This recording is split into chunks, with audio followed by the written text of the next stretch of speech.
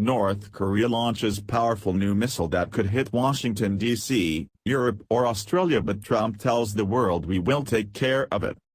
North Korea has fired a ballistic missile powerful enough to hit America, Europe or Australia into Japanese waters.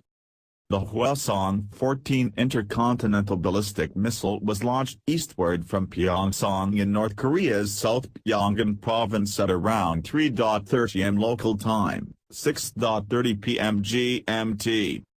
It flew for around 50 minutes, traveling 1,000 kilometers, 620 miles, reaching an unprecedented altitude of 2,800 miles, before splashing down in the Sea of Japan.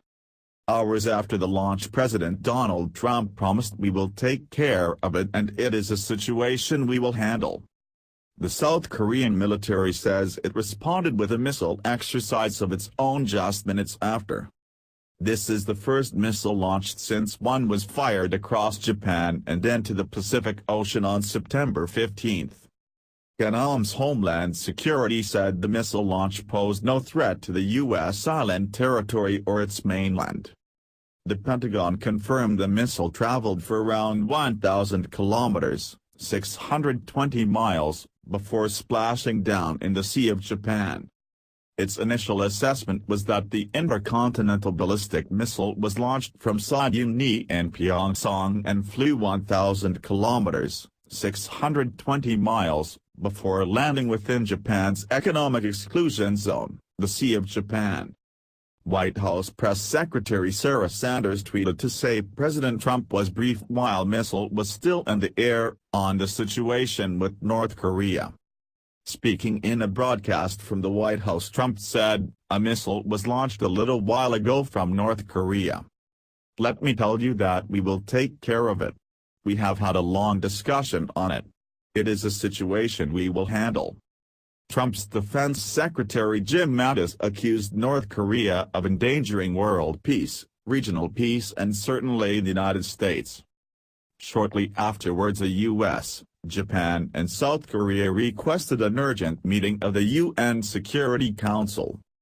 It comes just days after President Trump added North Korea to America's list of state sponsors of terror and announced further sanctions targeting the country's shipping.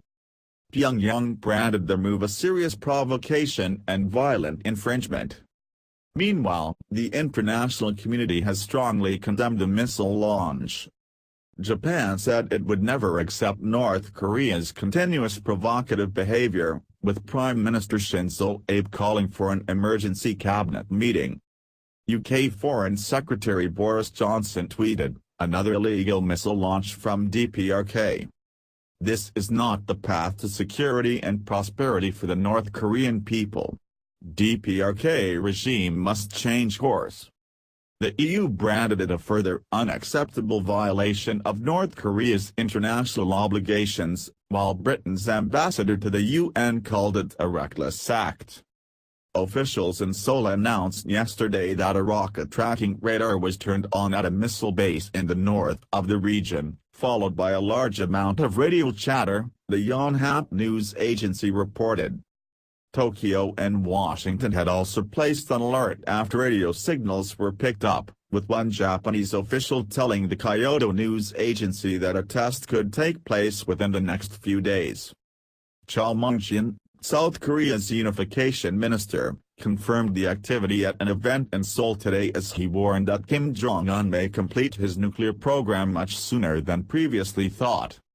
Mr. Cho said there had been note for the activity in the north recently, but said the world would have to wait and see whether it leads to an actual missile test. Speaking about Kim's efforts to develop a viable long-range nuclear weapon, he added, "Experts think North Korea will take 2 to 3 more years, but they are developing their nuclear capabilities faster than expected. We cannot rule out the possibility Pyongyang may declare the completion of their nuclear program in a year." Japan said the latest signals from North Korea might have come to nothing, saying they could have been from military exercises which the North routinely carries out each winter. Cho had said the frequency of North Korean activity tends to decline noticeably during the winter. If it launched a provocation, North Korea has to put its military on alert, but most of its troops are needed for manual labor for preparation of winter, he said.